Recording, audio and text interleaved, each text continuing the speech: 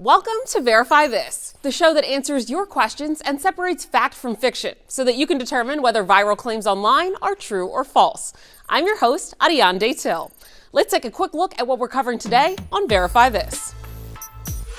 First, we're answering your questions about the January 6th insurrection amid the ongoing public hearings.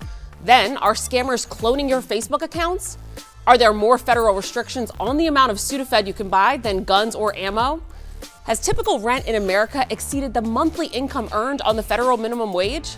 And has inflation reached the popular Costco hot dog combo?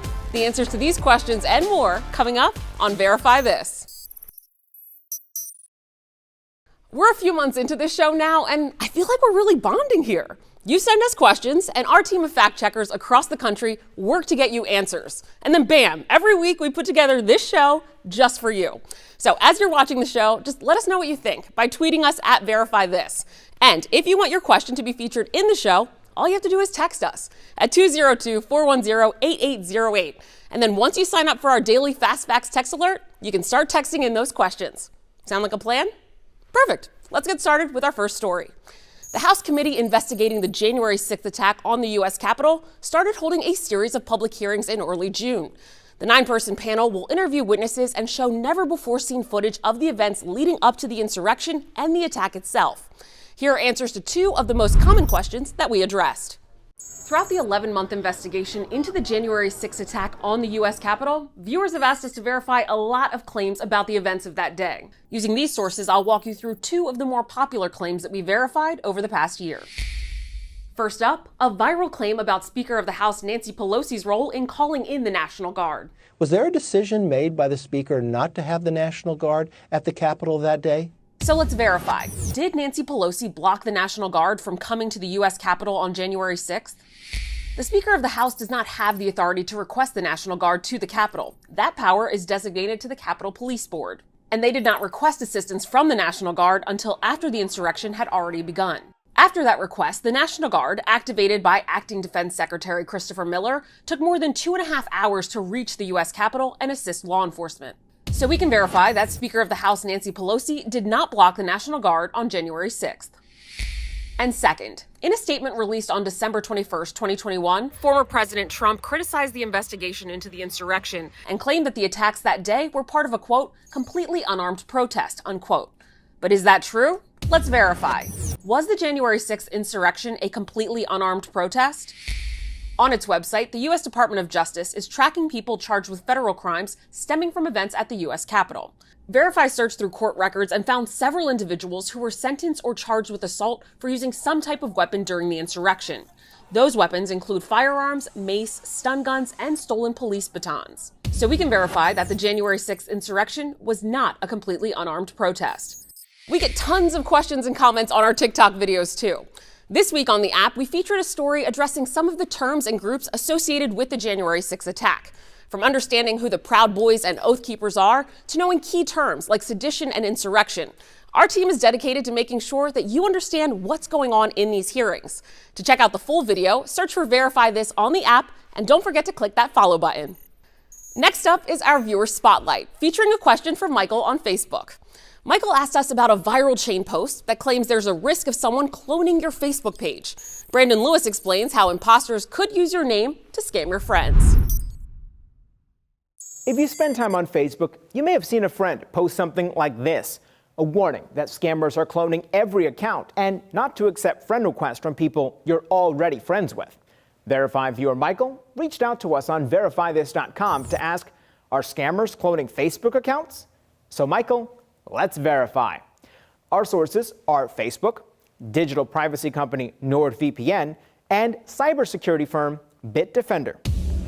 Facebook cloning is when someone uses your name and picture to create a fake account. And our sources all agree that, yes, scammers are cloning Facebook accounts to try to trick people into sending money or downloading risky software. Here's how Bitdefender explains it works.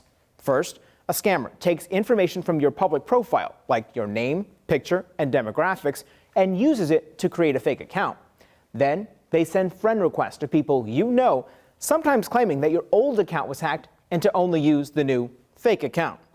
Once they accept the request, the scammer may try to manipulate them into sending money or clicking on malicious links. NordVPN says you can protect yourself by limiting what information is visible in your public profile. Also, be on the lookout if you get a friend request from someone you're already friends with. If you suspect an account was cloned, you can report it to Facebook. With your Verify, I'm Brandon Lewis. If you want to be like Michael and be featured as the coveted viewer spotlight of the week, all you have to do is send us a question. And there are tons of ways to do that. You can tweet us or DM us at VerifyThis, or you can text us at 202-410-8808. And once you sign up for our daily Fast Facts text alert, you can start sending in those questions. It's time for this week's Did You Know, where we feature one relatively unknown interesting fact that we, of course, verified. So here goes. Did you know that there are grizzly polar bear hybrids? It's true, and they're called grizzly bears. Scientists say climate change is driving this odd coupling between the endangered polar bear and the grizzly bear.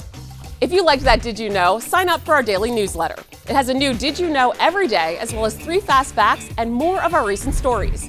To sign up, go to verifythis.com/email. Next question. Is it easier to buy guns and ammunition than it is to buy some cold medicines? We looked into that viral claim. Here's what we found. A slew of recent mass shootings has reignited the national debate over stricter gun control. And that fueled many posts on social media that compared the hurdles to buying guns and ammo to buying medicine like Sudafed. So let's verify. Are there more federal restrictions on the amount of Sudafed you can buy than the amount of guns or ammunition you can buy? Our sources are the Drug Enforcement Administration, the Bureau of Alcohol, Tobacco, Firearms, and Explosives, the National Rifle Association, and 2 nonprofits that support greater gun regulation. We've all been there. You stop by a pharmacy to pick up cold meds, but in order to access them, you have to go to the pharmacist and request them. You hand over your photo ID, and then you have that purchase registered. That happens because some decongestants like Sudafed contain pseudoephedrine, which can be used to illegally produce methamphetamine. In 2006, the Drug Enforcement Administration started enforcing the Combat Methamphetamine Epidemic Act of 2005, a federal law which places daily and monthly restrictions on purchases of pseudoephedrine. The daily purchasing limit is no more than 3.6 grams, which is equivalent to up to 3 boxes of medicine, depending on how it's packaged. And the monthly limit is set at no more than 9 grams. The law also requires pharmacists to record those purchases in a logbook. So how do purchase restrictions on drugs like Sudafed compare to guns and ammunition? There are no federal laws that limit the number of firearms or ammo that someone can buy.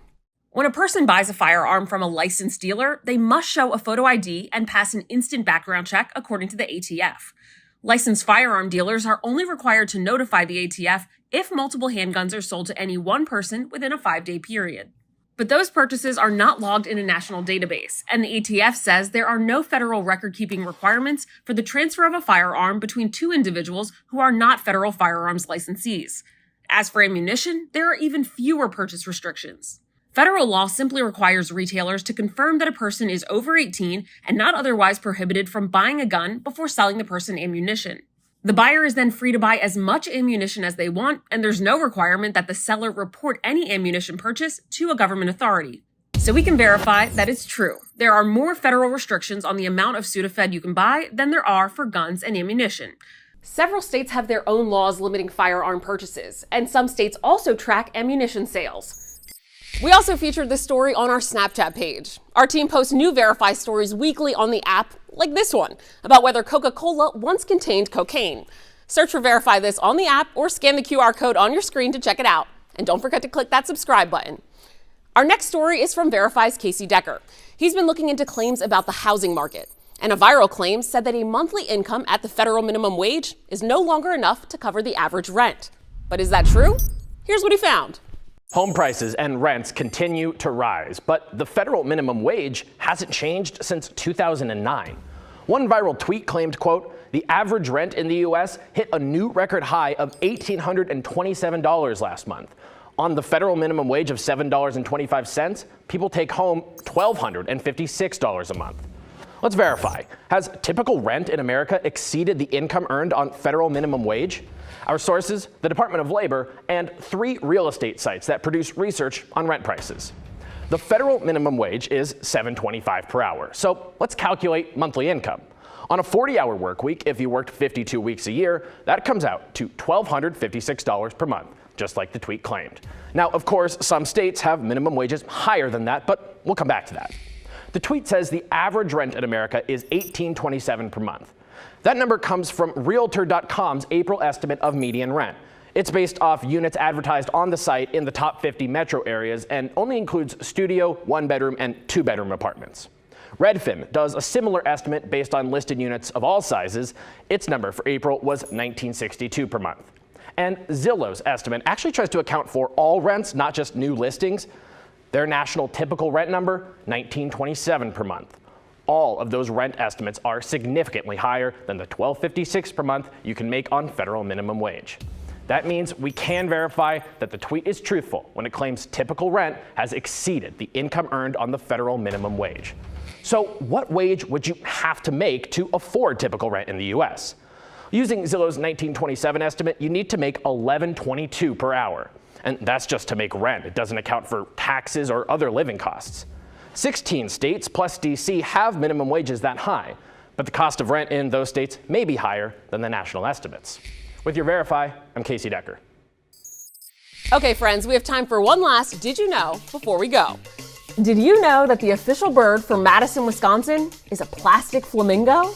Yep, in 1979, University of Wisconsin students put more than 1,000 of the pink plastic birds on campus, starting a new tradition.